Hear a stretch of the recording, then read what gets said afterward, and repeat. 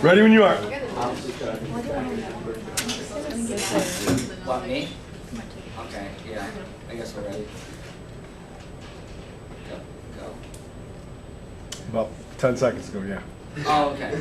Alright, I'm gonna tell you guys a true story. This story has terrifying things. I mean, there was death, there was remorse, there was revival, it was partying, there was soda, I guess you could call it. We just write something down to make sure everybody gets this. Soda equals beer. Just to put this into perspective so I don't have to keep saying beer. Just classroom. Alright, so this night started off at a buddy named Jake Loomis' house. It was 8th grade year. It was pretty intense. We were just hanging out and we just thought maybe let's have a party. So we invited like 30 people over. Jake Loomis' grandpa owned Zelda's deer ranch. So we went back into the deer ranch and there's a lot of deer and feeders and cabins and stuff. And we stayed in the cabin and we partied all night. It got pretty intense and we drank a lot of soda that night. So get about 30 racks of soda down, we decided we're gonna go swimming. There's a huge lake and we didn't want to get the boats out because we were trying to be smart about it and not kill anyone. So we just decided we're gonna go swimming. My buddy Jeremy K, he moved away to Missouri. He was one of my best friends. He drank too much soda that night. And he decided he was gonna swim across the lake.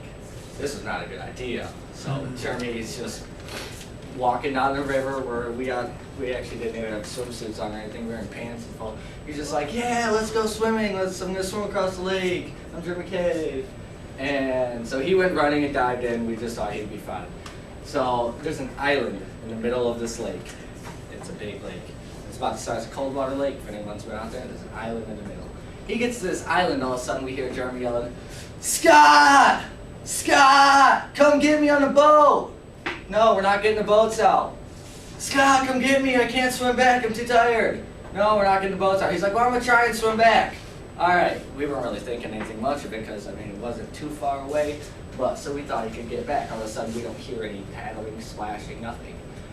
And by this time, me and my friend Shelby were in a canoe. We found paddles and we didn't want to get anything motorized out of the boat, so we're in a canoe. So we're in this canoe, just canoeing around. We found a dead fish. We ended up having a fish fight. We found a few dead fish. It was pretty disgusting, but it was really funny. I actually ended up getting hit in the face with a fish from like 50 yards that night. And then this is about the time that Jeremy's trying to swim back, and me and Shelby are in the middle of the lake and stuff, and we didn't hear him anymore. So we went looking for him. We had a flashlight. We're looking on him. And we're paddling around and we're looking for him. We're screaming his name. We're screaming at the top of our lungs trying to get him to respond. And all of a sudden we see my buddy Jeremy floating in the water. I mean, it's like this. So we paddled as fast as we could. I jumped in full body. There's all my clothes on. I had a sweatshirt. Everything was a little bit nipply that night. So I jumped in full clothes. And I was probably 15 or 16 sodas down.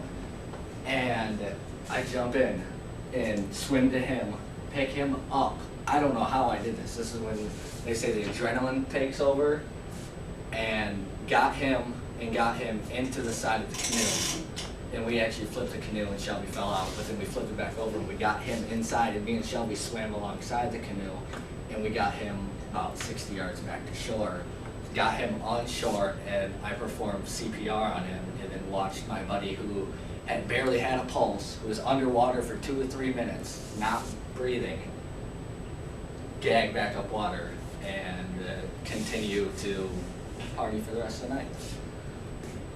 We didn't go swimming after that, and it was a pretty intense night because it ended up with us just having a lot of fun.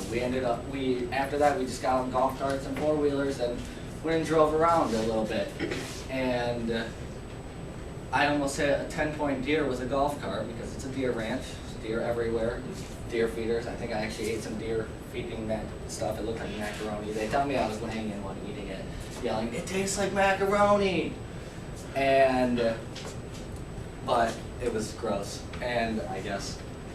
But for the rest of the night, we just hung out inside. We decided staying inside was probably best. We put all the dangerous stuff away, glasses. We used plastic cups because someone would get hurt. So we put all the rest of this away, and that is the night that we had fun, had tragedy, came back out with like revival. I revived a dead kid. It was pretty awesome. It ended up with just a fun night overall and a good memory back in my life. That is my story.